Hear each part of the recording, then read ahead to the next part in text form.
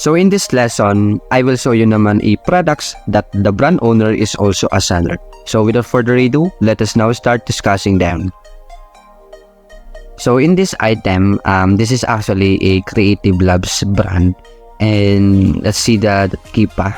So as we can see here dito sa Kipa graph, historically, selling din yung brand owner mismo dito, which is si Creative Labs Europe. So same sila ng brand tsaka name ng store dito sa Amazon. So let's try to see the data and then buy box statistics kung andito nga ba si Creative Labs. So sa 30 days, set ko sa into 30 days, andito si Creative Labs Europe. And actually meron siyang 75 stocks within the 30 days.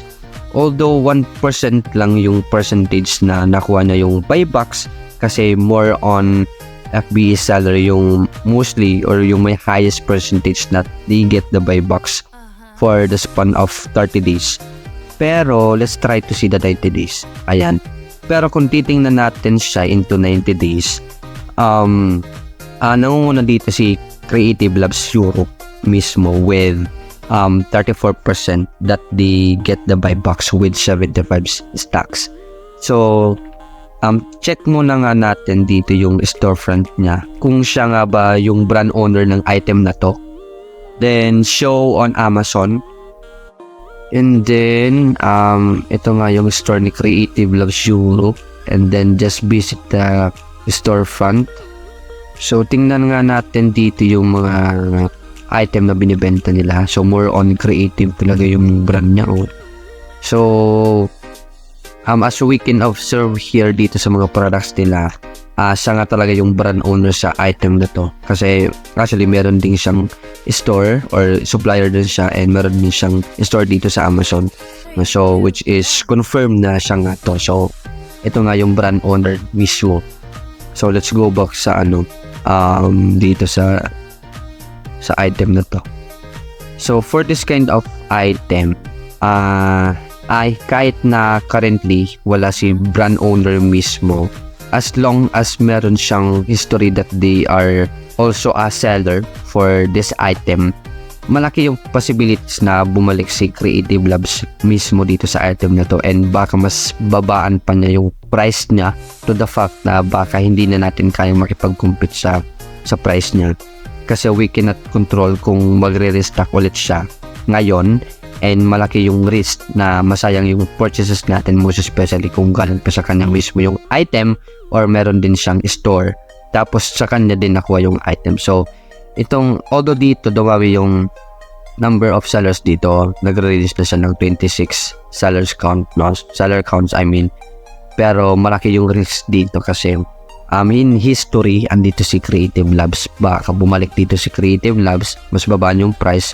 tapos hindi kayang tapatan ng ibang sellers. So that would be the risk. Okay, so ayun, so that's how you identify naman a product that the brand owner is also a seller.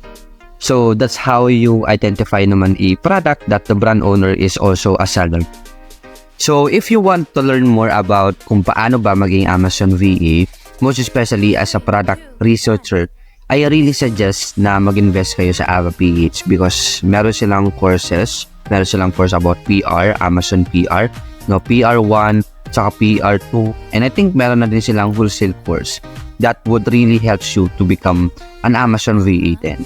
And yeah, yun nga, I really suggest na mag-invest lang kayo sa course nila, because these lessons na ginagawa natin are only an overview to learn about Amazon PR, and from these courses matututunan nyo talaga dito from basic to advanced sourcing. Okay, plus magkakaroon pa kayo dito ng mga trainings after the course, and bibigyan din nila kayo ng access sa mga tools and softwares na ginagamit talaga nila sa pagsasource. And actually you are also not investing sa course nila, because you are also investing sa community nila, and yun nga, napaka hands-on ng mga coaches and marami ding mga VEs tutulong ito sa inyo sa mga questions. And currently meron na din silang 80.3k members. And actually isa sa mga nagustuhan ko dito sa community nila is is talagang tulungan sila paangat. Plus, may mga free lessons din sila kung paano mag-apply, paano gumawa ng resume, and the most important is they also have referrals, which is i-refer nila kayo sa mga clients if you already done the courses and training sila. Kasi, dito sa Ava PH and yung mga coaches behind this community are napakabait, napakagaling, and ang dami ding clients and agencies na alam ang Ava PH. Kaya, yun nga, napaka-advantage ng mga nakagraduate na galing sa Ava PH because alam ng mga clients yung quality ng services ng mga PH na galing sa Ava. Okay? Kaya if you want to learn more about Amazon PR, I will put the links dito sa baba ng description natin and i-visit nyo na lang sila. So with that, good luck sa inyo and see you inside the community.